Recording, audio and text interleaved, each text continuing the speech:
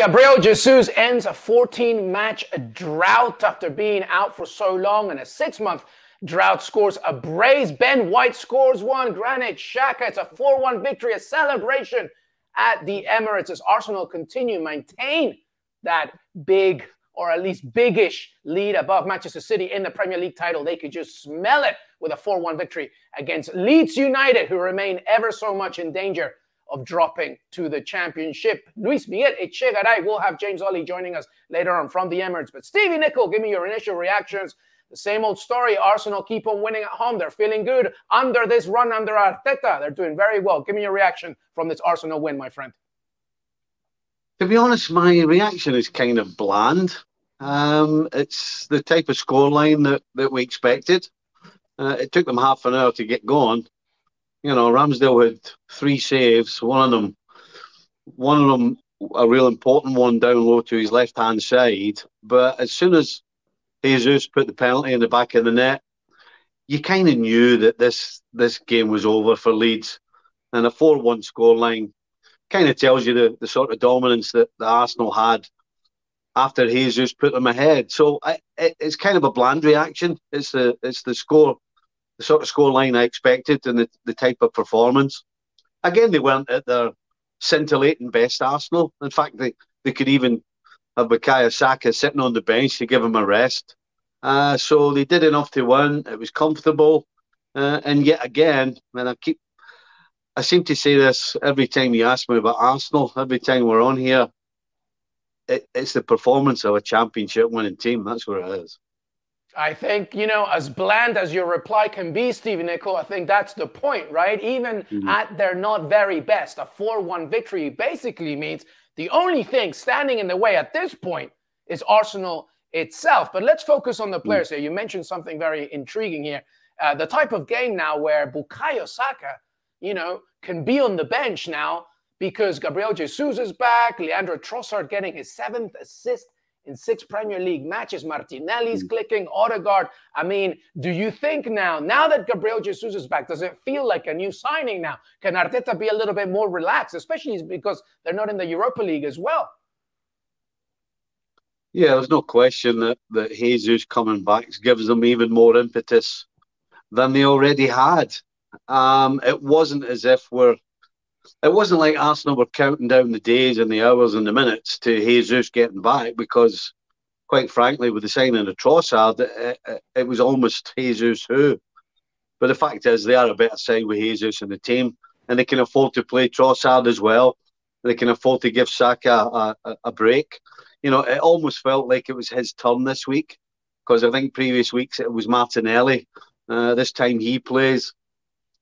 But they've got such depth now. You look at, by the end of the game, you've got Saka on the bench. You've got Partey sitting on his backside as well.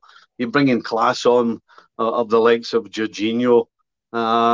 So, yeah, this Arsenal side really looks complete. And actually looks complete, not just from 1 through 11, but probably 1 through 15 or 16. So, yeah, they're looking good. Yeah, that's a good way to describe him. Complete. Some stats here for you, everybody. Talking about Leandro Trossard. Only Kevin De Bruyne has provided more assists from open play than Leandro Trossard in the Premier League this season. And speaking of Mikel Arteta and this run, by the way, it's the first time in his tenure, right, that Arsenal wins 7 in a row, the longest winning run for the club since 2018. So it's a very good run right now. All right, Stevie, here's the schedule for Arsenal. Give me your thoughts, okay? Liverpool away, West Ham away, Southampton at home, City, that big game at the Etihad away, and then Chelsea. It's a tough schedule for Arsenal. Well, under normal circumstances, I would say, wow, they got some tough games. But you know what? Other than the City game, they're big favourites to beat everybody, including Liverpool at Anfield, which I can't believe I'm saying. Listen, even in my day, Liverpool against Arsenal at Anfield generally was a tough old 90 minutes for Arsenal. It's hard to see that happening. They're in such good form and confident, and the amount of goals they're scoring, they're creating chances, the way they're playing. there really doesn't seem to be a flaw right now. And even though I'm saying the City game is the one you're not so sure they're favourites, you still wouldn't back against them getting a point. So, yeah, on paper, the schedule, there are some tricky games. But in reality, obviously the hardest one's City. But after that, Arsenal are big favourites in every single one of those games, including Chelsea at the end. Yeah, you mentioned them being a complete team right now. And obviously, when you're a young team like Arsenal, that's very important. Do you think that not being in the Europa League anymore is a blessing in disguise? Huge. I mean, listen, Arteta and his players will be disappointed that they don't have the chance to win a European trophy. But the bonus is it's pretty much week to week. You know, you have a deep squad, you have an incredible starting 11, and you can have plenty of rest between now and the end of the season. As far as Arteta's job's concerned, it's about keeping this side ticking over during the week, keeping them fresh, keeping them interested, and keeping them on their toes as well. All of those things, that's all he has to concentrate on. He's not going to be complaining about a schedule that doesn't give them any time to recover and all that nonsense that you usually hear. No excuses now. Arteta's got his team. He's got a championship-winning team together.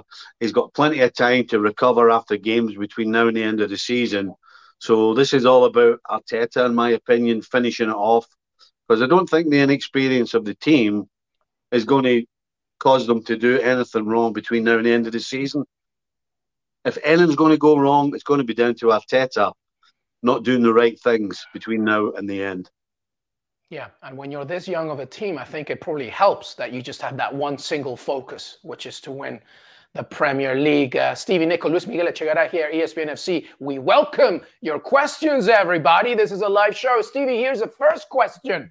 We've talked about Leandro Trossard and how effective he's been. 7 assists in the last 6 Premier League matches. Kevin De Bruyne is the only one that has created more from open play in the whole campaign. But here's a question. Is it fair to say, Stevie, that Trossard is Arsenal's most important player, even over Saka and Odegaard?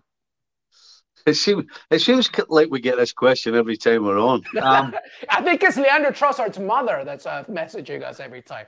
I think the best way to put it is Leandro Trossard enhances this Arsenal side, regardless of where he plays.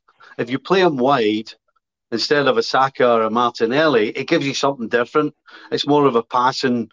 He passes the ball past you. He doesn't dribble or run past you. He passes the ball past you. And then when he plays through the middle, if Jesus is not there, then it makes you feel as though he is Jesus. The guy's just an intelligent footballer that, regardless of where you put him on the field, plays football. He keeps the ball, he passes the ball, he's got an eye for goal. He's certainly got an eye for a pass because that's why he's got so many assists. So, is he the most important? No, he's not. I think, to be honest, Arsenal's collective is the most important thing. And they've stuck together from the start of the season. They're sticking together now. And if they continue to do that, they will be Premier League title holders. So, yeah, I don't think you can point the finger at one player and say he's their most important. Every one of them has made themselves important to this whole team. Yep, in complete agreement. Arsenal are like a Swiss Army knife, and Leandro Trossard's just, one of those little pieces within it. But we thank Leandro Trossard's agent for sending that question. All right, here's the next one, by the way. In what differentiates Man City and Arsenal this year is Arsenal are more of a team versus City being individuals. So I think the question is, what's the difference between both sides this season, do you think, Stevie? Do you see Arsenal more of a collective as opposed to City being more a collection of great individuals? Wow. I know, right? Quite a complex question. I'm not so sure. I think Haaland is the only difference between these two teams because he's a completely different type of centre forward to what City are used to. And what Arsenal have. The rest of it looks, if you stuck blue jerseys on Arsenal, they play like City. Similarly, if you stuck the red jersey on City, they would look like Arsenal. I think Haaland is the major difference. When you have Haaland, you try and get the ball in behind quicker to use his pace and his strength. But to me, that's the only difference between these two sides. They're very similar. They like to pass the ball out from the back. They're at their best when they move the ball around with accuracy, which they both do. The movement's great. You can say that about both sides.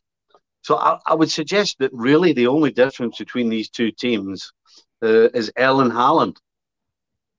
Yep, 2 for 2, Stevie Nicol. Well done. I totally agree as well. It's not a coincidence why Mikel Arteta was the assistant to Pep Guardiola. Yep. They're exactly the same. Haaland is a difference. Today was a good example as well, by the way. Without Haaland, Manchester City delivered a performance that was pretty similar to how Arsenal usually do it. Thanks so much for watching ESPN on YouTube. And for more sports highlights and analysis, be sure to download the ESPN app. And for premium content and live streaming, subscribe to ESPN Plus.